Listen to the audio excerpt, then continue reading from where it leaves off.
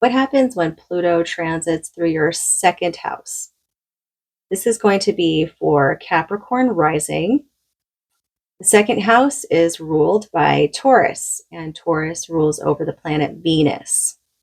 And we're going to look into what can come up for you when Pluto transits through your second house. So let's get into it.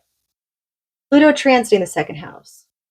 It's going to bring a deep, lasting transformation into themes surrounding your finances, your personal values, your self-worth, and your material possessions.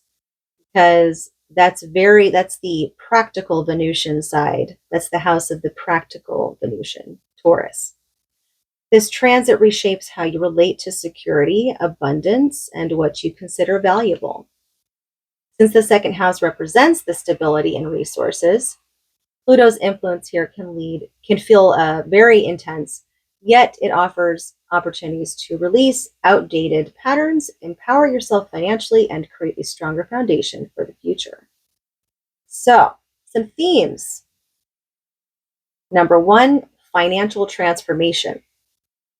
Pluto in the second house often brings significant shifts in your finances, which can range from changes in income streams to shifts in spending habits, or even a complete overhaul of your financial structure. This transit encourages you to examine your relationship with money, including any fears, attachments, or underlying beliefs around scarcity or abundance. You may experience moments of financial instability or challenges that push you to develop a deeper sense of resourcefulness. This transit teaches you to harness power over your finances by encouraging self-sufficiency, strategic thinking, and a more resilient approach to money. Reevaluating your self-worth and your personal value is another one as well. The second house governs your self-worth and your confidence. So Pluto's presence here can highlight insecurities or any internalized beliefs around worthiness. During this transit, you may be called to examine whether you base your self-worth on material success or external validation. Pluto urges you to develop a self-esteem that's rooted in inner strength and resilience, rather than the superficial measures of success. This period encourages personal empowerment by helping you recognize your inherent value beyond possessions or achievements. Then letting go of any material attachments as well.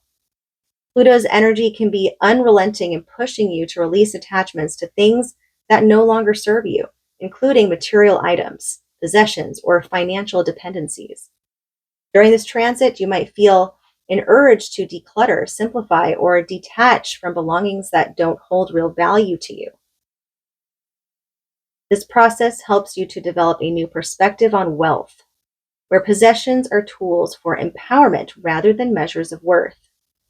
By letting go of material attachments, you create room for more meaningful forms of abundance to flow into your life. Then facing fears around scarcity and security. The second house representing stability and security. When Pluto's influence comes in, it brings about that upheaval, the instability that could happen, because by having those things happen is what helps you to confront those situations and how to learn how to troubleshoot and find the solutions on your own. And after you go through all that, then you come out and you realize, wow, I did that all by myself. I was able to do it, and that is the reward there. Teach you self-sufficiency. Through this process, it'll help you to learn inner security, learning how to trust your own ability to provide for yourself so that you're not dependent on someone else. And when you have that happen, you will start to change your relationship to money and how you feel about your connection to possessions and all that kind of stuff. Power and control in financial matters is going to be transformed as well. You may find yourself more driven to gain control over your income, your investments, your resources with a focus on developing financial independence, of course, reevaluating your values and your priorities. And, like all things that Pluto does, it's all about letting go and kind of getting rid of what doesn't belong anymore. The things that are just kind of piling up and becoming clutter, becoming something that's baggage or stagnant. Pluto's going to encourage you to kind of let loose and release. You're going to find out what truly fulfills you, basically.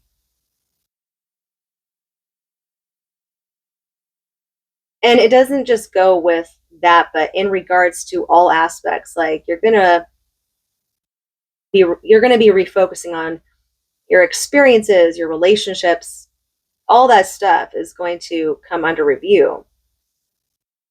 And if it's something that's just a temporary pleasure, it's not going to do it for you. Because you want something more sustaining, more long term.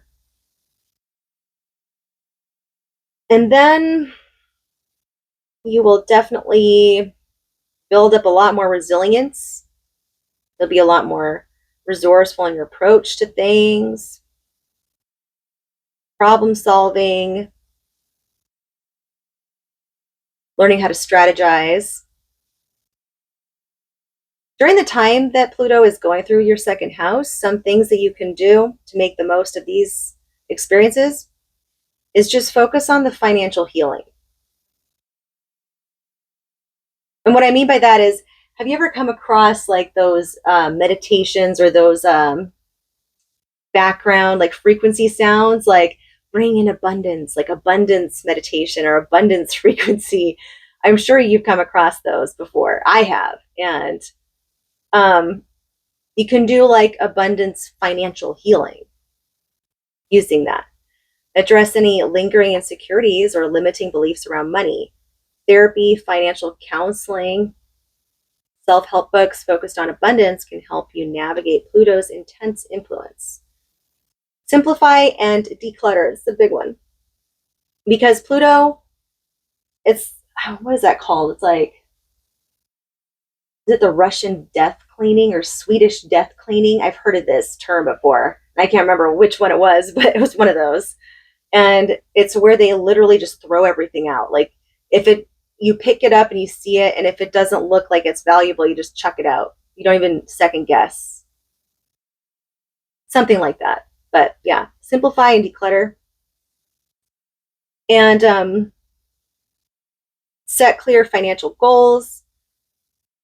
Pluto's focus on empowerment is well suited for long-term financial planning. Set realistic financial goals, whether it's building savings, investing, or pursuing new income resources.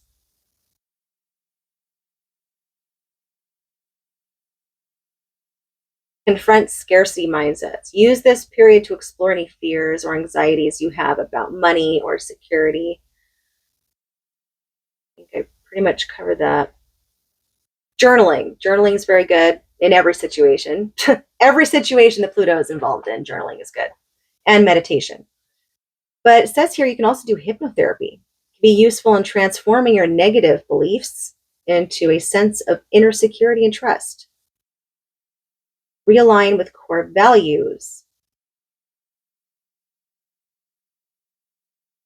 Regularly assess whether your spending habits and financial goals align with your true priorities. Potential outcomes of Pluto transiting through the second house. By the end of Pluto's journey through your second house, you're likely to have completely transformed relationship with money, possessions, and self-worth. You'll emerge with a sense of empowerment around finances, where you no longer feel controlled by material concerns, but instead use resources as tools for growth and fulfillment. Your self-worth will be grounded in authenticity, not material success, and you'll have a more resilient approach to handling financial challenges. This transit ultimately helps you achieve a new level of financial independence, resourcefulness, and self-assurance. empowering you to build a life that's not only materially secure, but also aligned with your deepest values and your true sense of worth. And that's what I have for you. I hope you liked it.